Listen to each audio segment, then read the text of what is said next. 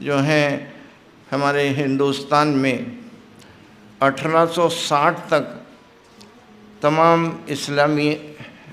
سارے قوانین تو نہیں لیکن اکثر اسلامی قوانین رائج تھے، لیکن انگریز کا جب تسلط ہوا تو 1860 سے ایک ایک چیز اسلام کی ختم کرنا انہوں نے شروع کی۔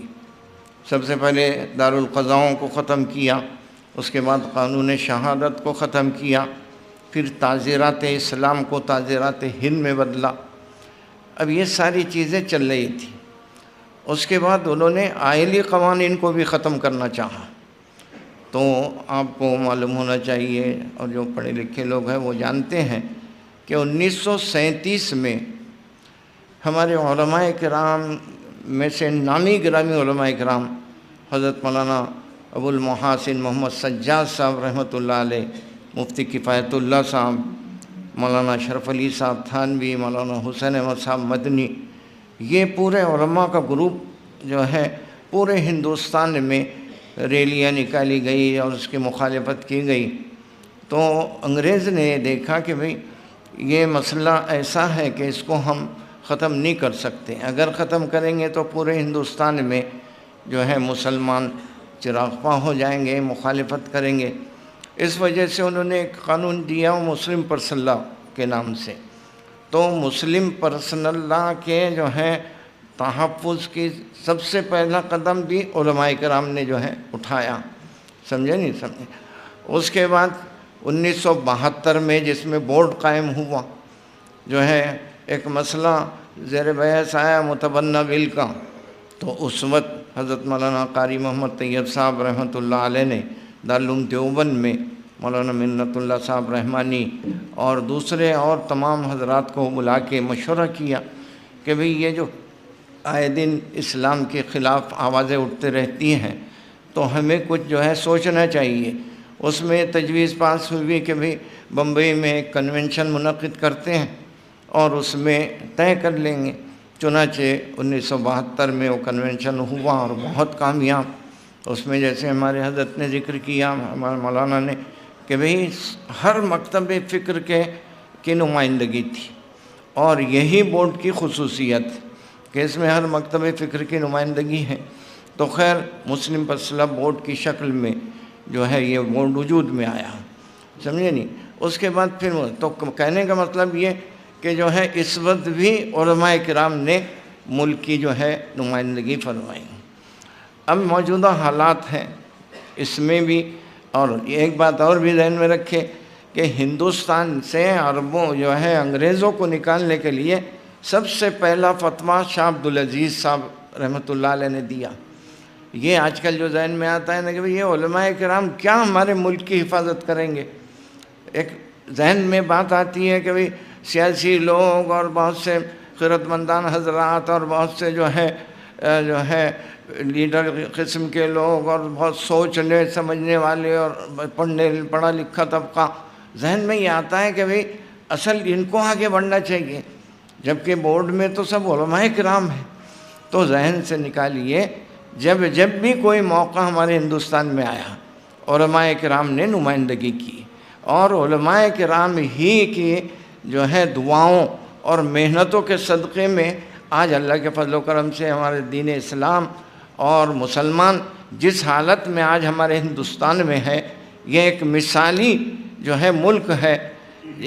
اس قسم کا امن سکون اور اس قسم کے جو ہے ہماری سہولتیں کسی اور ملک میں نہیں ہیں، جو ہے بغیر کسی استثناء سے کہ جو ہے اس کو ذکر کیا جاتا ہے۔ تو خیر بات میں یہ کہنا چاہ رہا ہوں کہ جب بھی ہندوستان میں اس قسم کے جو ہے اسلام مخالف آوازیں اٹھی، تحریکیں اٹھی، مسئلے جو ہے عدالت میں پیش ہوئے، تو اس کی مخالفت اور اس کے بارے میں ہمارے علماء کرام اور اہل سنت والجماعت نے جو ہے اپنی نمائندگی سے جو ہے اس کو حل کیا۔ آج بھی حالات یہی ہیں۔ اب آج ہمارے ذہن میں یہی آ رہا کہ بھی حالات دن بدن بگڑتے چلے جا رہے ہیں، لیکن ذہن میں رکھیے ہمارے علماء کرام اس سلسلے میں فکر مند ہیں۔ اور ایک بات ذہن میں رکھیں کہ آدمی اپنے ہاتھوں اور پیروں سے جو جتنی بھی حفاظت کی شکلیں اختیار کرے گا، اس میں سب سے زیادہ مؤثر اگر کوئی چیز ہے تو وہ اللہ سے تعلق ہے۔ جب اللہ سے تعلق والے سے مسئلے کو لے لیں گے تو کوئی بعید بات نہیں کہ اللہ رب العزت اس ہندوستان میں امن اور چین و سکون کی شکلیں پیدا فرمائیں۔ اس وجہ سے مسلم مسئلہ بورڈ پر ہمارا ہر وقت اعتماد ہونا چاہیے۔ یہ جو بعض حلقوں سے ایک بات سننے میں آتی، جیسے بابری مسجد کے سلسلے میں بات چلی کہ بھئی بابری مسجد کے سلسلے میں مسلم مسئلہ بورڈ نے وقت سے پہلے کہہ دیا کہ بھئی جو حکومت کا فیصلہ آئے گا اس کو ہم مانیں گے، سمجھے نہیں، اور وہ فیصلہ جو ہے مسلمانوں کے خلاف ہو گیا۔ تو ذہن میں رکھیے کہ بابری مسجد کا جو فیصلہ ہے اس فیصلے پر پورا عالم جو ہے حیران ہے کہ وہ کوئی حقائق کی بنیاد پر فیصلہ نہیں، وہ تو صرف عقیدت کی بنیاد پر جو ہے ایک فیصلہ ہے۔ اس میں مسلم مسئلہ بورڈ نے جو ہے مطلب جرح کی، اور اس فیصلے کو اگر آپ پڑھیں گے تو آپ کو ملے گا کہ بھئی اس میں سب کچھ طے کیا گیا اور سب کچھ تسلیم کیا گیا کہ یہاں مسجد تھی، نماز ہوتی تھی، اور جب کھدائی ہوئی تو نیچے مندر کا کوئی آثار نہیں۔ یہ ساری چیزیں جو ہیں ہمارے بورڈ کے ذریعے سے جو ہے یہ ثابت کی گئی۔ تو ایک اعتبار سے اس میں بابری مسجد میں بورڈ کے خلاف فیصلہ نہیں ہے، وہ تو جو ہے عقیدت کی وجہ سے انہوں نے جو ہے یہ، بلکہ اس کو تسلیم کرنے کے بعد اخیر میں جملہ کہ بھئی چونکہ اکثریت کے عقیدت کا مسئلہ ہے اس وجہ سے یہ فیصلہ دیا جاتا ہے۔ تو خیر کہنے کا مقصد یہ کہ بورڈ پر ہمارا اعتماد کامل ہونا چاہیے۔ یہ بورڈ جو ہے یہ کسی ایک مکتب فکر کے اتحاد کا نام نہیں ہے۔ ہندوستان میں جتنی جو ہے اقلیتیں ہیں اور جتنے مسائلک و مذاہب ہیں ان سب کے اتحاد کا نام بورڈ ہے۔